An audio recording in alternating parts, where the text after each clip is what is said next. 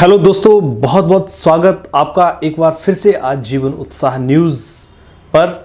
मैं रमेश शर्मा आज आपको लेकर चल रहा हूं एक बहुत ही बेहतरीन और महत्वपूर्ण मुद्दे के ऊपर। दोस्तों, सबसे पहले तो मैं उन सभी लोगों को तहे दिल से हार्दिक बधाई और शुभकामनाएं देता हूं जो लोग हिमाचल प्रदेश में पंचायतों के प्रतिनिधि के रूप में चुनकर सामने आए हैं, वार्ड पंच से लेकर जिला परिषद तक, चाहे वो प्रधान, उप प्रधान या फिर बीडीसी हो।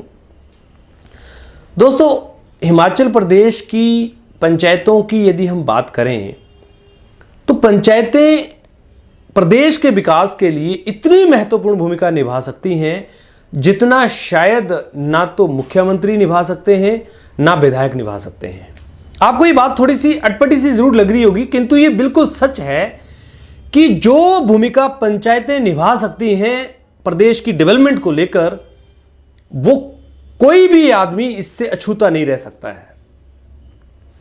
और उन सभी प्रतिनिधियों को जो चुनकर आए हैं उनको मैं व्यक्तिगत रूप से बधाई देता हूं। और बड़सर विधानसभा के अंतर्गत जितनी भी पंचायतें हैं उनको खासकर मैं आज एक ऐसा मैसेज देना चाहता हूं जिस मैसेज को हम अगले 5 सालों तक आपके बीच में रखते रहेंगे। दोस्तों, मेरा यह बिल्कुल साफ सुथरा प्रयास है कि आपकी पंचायतें इतनी ट्रांसपेरेंट हो जाएं कि एक व्यक्ति को अपनी समस्या का समाधान ढूंढने के लिए विधायक के पास जाना ही नहीं पड़े। और सच मायने में बताऊं आपको, विधायक महोदय भी जो पैसा देते हैं वो पंचायतों के माध्यम से ही देते हैं। यानी प्रधान और उप प्रधान और वार्ड पंच ही इकलौते ऐसे व्यक्ति हैं, ऐसे प्रतिनिधि हैं जो हर व्यक्ति का दिया हुआ पैसा उपयोग या दुरुपयोग ये दोनों परिस्थितियों में कर सकते हैं। और आज मैं जो प्रधान बने हैं उनके साथ ये चर्चा करने जा रहा हूं। और चर्चा में सबसे पहले मैं आपसे ये पूछना चाहता हूं कि आपके दिमाग में आज शपथ लेने के बाद क्या सवाल आया है?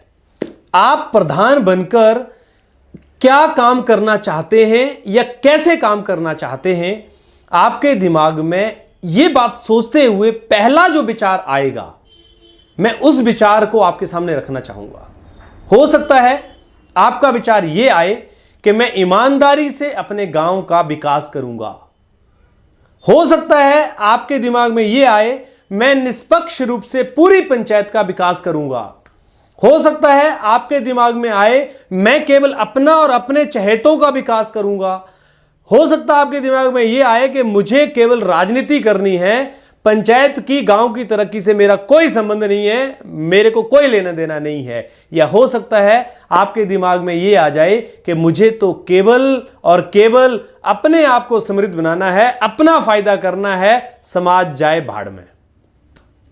हालांकि ये मुझे लगता है कि आना नहीं चाहिए आपके दिमाग में, पर अगर किसी व्यक्ति के दिमाग में ऐसा है तो मैं आपको ये सूचित करना चाहता हूं कि आपके अगले 5 साल खराब होने वाले हैं। और ये 5 साल जो आपके खराब होंगे, ये केवल आपके खराब नहीं होंगे, आपका पूरा भविष्य खराब करने वाले होंगे। मैं आपको ये चेतावनी देना चाहूंगा कि अगर गलती से भी आपके दिमाग में ये सवाल आया हो तो कृपया करके मैं हाथ जोड़कर पहली बार जोड़ रहा हूं और आखिरी बार इस सवाल को अपने दिमाग से निकाल दें कि मुझे तो केवल और केवल अपने आप को समृद्ध बनाना है। अगर यह सवाल कहीं गलती से विचार आपके दिमाग में आ भी गया हो तो प्लीज मेरी हाथ जोड़ के विनती है, इसको आज ही अपने दिमाग से बाहर निकाल दें। और अगर आपके दिमाग में यह आया है कि आप अपने गांव का विकास करेंगे तो आप थोड़ा सा अपने आप को और अपग्रेड करिए और इस विचार को अपनी पूरी पंचायत तक लेकर जाइए कि मैं निष्पक्ष रूप से पूरी पंचायत का विकास करूंगा। और बाकियों का तो आपको पता ही है, मैंने बता ही दिया कि अपने चहेतों का और अपने चमचों का विकास करूंगा, भूल जाना। आप केवल राजनीति करने आए हैं, पंचायत की तरक्की से आपका कोई लेना देना नहीं है, प्राय मेहरबानी भूल जाना, नहीं तो आपका आने वाला वक्त जो है वो खराब होने वाला है। मैं आपको सच बोल रहा हूं, बिल्कुल साफ सुथरे तरीके से बोल रहा हूं। जीवन उत्साह न्यूज़ की तरफ से अगर आप कोई फेवर चाहते हैं तो यही फेवर है कि आप अच्छे कार्य करें, मैं आपको विधिवत तरीके से समाज के बीच में लेकर आऊंगा और मैं आपको इसके पीछे एक बड़ा कारण भी बताऊंगा। वो कारण मैं आपको खबर के बाद में बताता चलूंगा, लेकिन पहले जो चर्चा चल रही है उसको लेकर आप बड़े ध्यान से समझिएगा। और जो दर्शक देख रहे हैं उनसे मेरा निवेदन है कि अपने अपने प्रधान को आप ये फॉरवर्ड जरूर करें, उप प्रधान को और बाढ़ पंच को फॉरवर्ड जरूर करें, उनको बता दें कि जीवनसा न्यूज की जो तैयारी है अगले 5 सालों में कुछ ऐसी है कि पंचायतों में गलत कार्य करने वालों को रात को सोने नहीं दूंगा। साहब, अब ये आपको तय करना है कि आप किस तरह से कार्य करेंगे, लेकिन मेरा अगला जो विचार है वो ये है कि अगर आप पंचायत के विकास करने को लेकर काम करना चाहते हैं तो इसको लेकर आप एक रोड मैप बनाइए। रोड मैप क्या होता है कि आपको क्या क्या कार्य करने हैं, किस किस तरीके से करने हैं। अगर इन सब कार्यों में आप राजनीति को, भेदभावपूर्ण रवैये को, चाचा भतीजावाद को निकाल देंगे तो अपने आप आपका जो कार्य होंगे वो सही रूप से आपके सामने आ जाएंगे कि मुझे पंचायत में ये कार्य करना है। दोस्तों, इतना पैसा पंचायतों में आ रहा है कि पंचायतों को अगर हम चाहें तो इतने बड़े स्तर पर डेवलप कर सकते हैं कि आप अपनी पंचायत को एक रोल मॉडल बना सकते हैं। मैं आपको एक एग्जांपल देता हूं। अगर 5 सालों में आपने अपने पूरी पंचायत में 2 करोड़ रुपए भी खर्च कर दिया सारी योजनाओं का मिला के, मैं आपको गारंटी देता हूं कि अगली बार आपको चुनाव लड़ना नहीं पड़ेगा। आपको चुनाव लड़े बिना जीत मिलेगी और आप निर्विरोध चुने जाएंगे। पर वो 2 करोड़ जो खर्च करना है ना, वो 2 करोड़ पे खर्च करने का रोड मैप आपके पास होना चाहिए। खर्च कहां करना है, कैसे करना है। मेरे पास तो बहुत सारी कंप्लेंट्स ऐसी आती हैं कि साहब चेक डैम लगा दिया, जहां जरूरत ही नहीं चेक डैम लगा दिया। किस लिए? अरे पानी का भंडारण करने के लिए अगर करना भी है तो ऐसी जगहों को बनाइए जहां पर उसका बेनिफिट मिले, ना कि आपने एक सूखे नाले में आपने चेक डैम लगा दिया, ना पानी आता ना कुछ आता, उल्टा खाना पूर्ति करके टाइम पास नहीं करना। ऐसा बिल्कुल मत करिए, दायित्व लीजिए। क्योंकि पंचायतों के 3 कार्य जो गांव के डेवलपमेंट के लिए हैं वो बड़े ही महत्वपूर्ण कार्य हैं। और वो कार्य क्या क्या हैं आप उनको समझिए।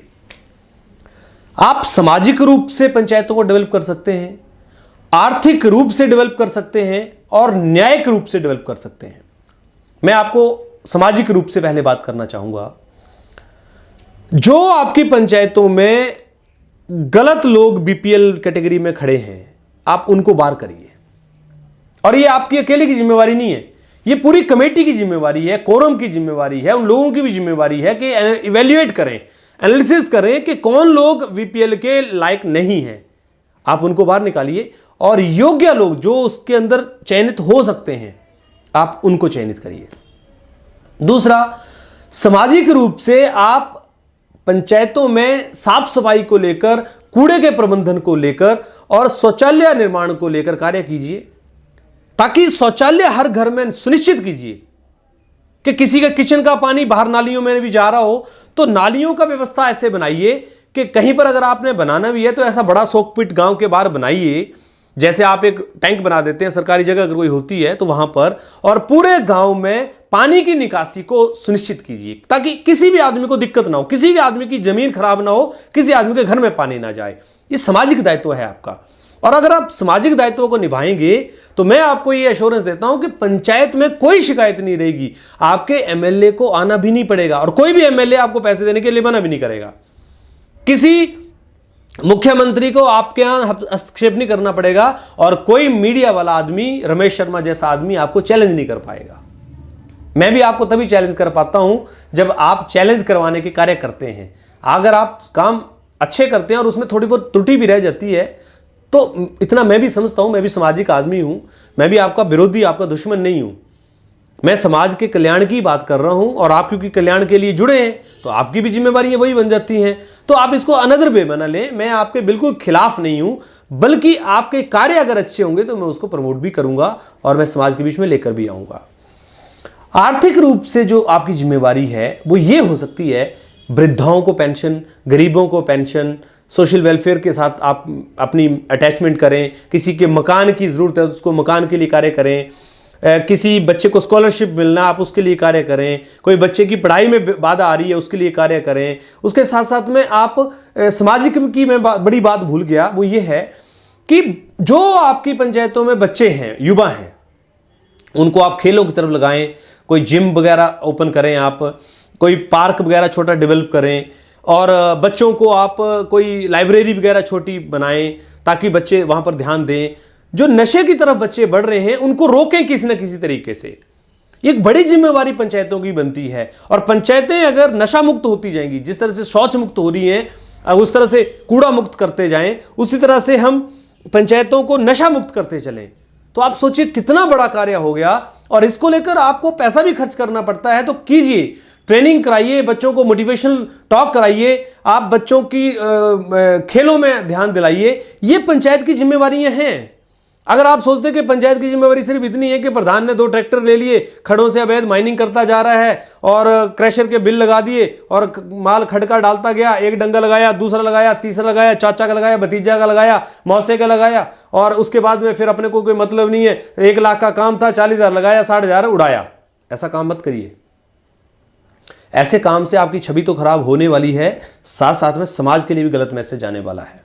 और खासकर मैं उन युवाओं से इस बार आह्वान करना चाहूंगा जो इस बार नव निर्वाचित होकर आए हैं, वो लोग अपने ईमान को ना डिगाएं, मेहनत करें। अब रहेगी न्यायिक रूप से तीसरी जिम्मेवारी है, वो ये है कि गांव में बहुत सारे लोग ऐसे हैं जो छोटी छोटी बातों पे लड़ाई कर देते हैं। आप उस सब में अपनी भागीदारी जरूर निभाएं।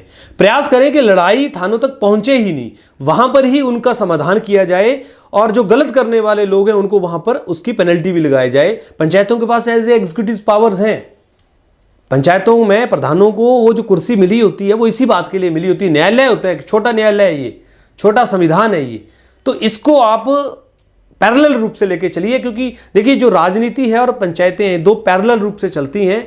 और खैर मैं काफ़ी लंबे समय से इस पर स्टडी कर रहा हूं, तो मैं आपको बताऊं कि जो दायित्व पंचायतें निभा सकती हैं ना, वो देश का प्रधानमंत्री नहीं निभा सकता।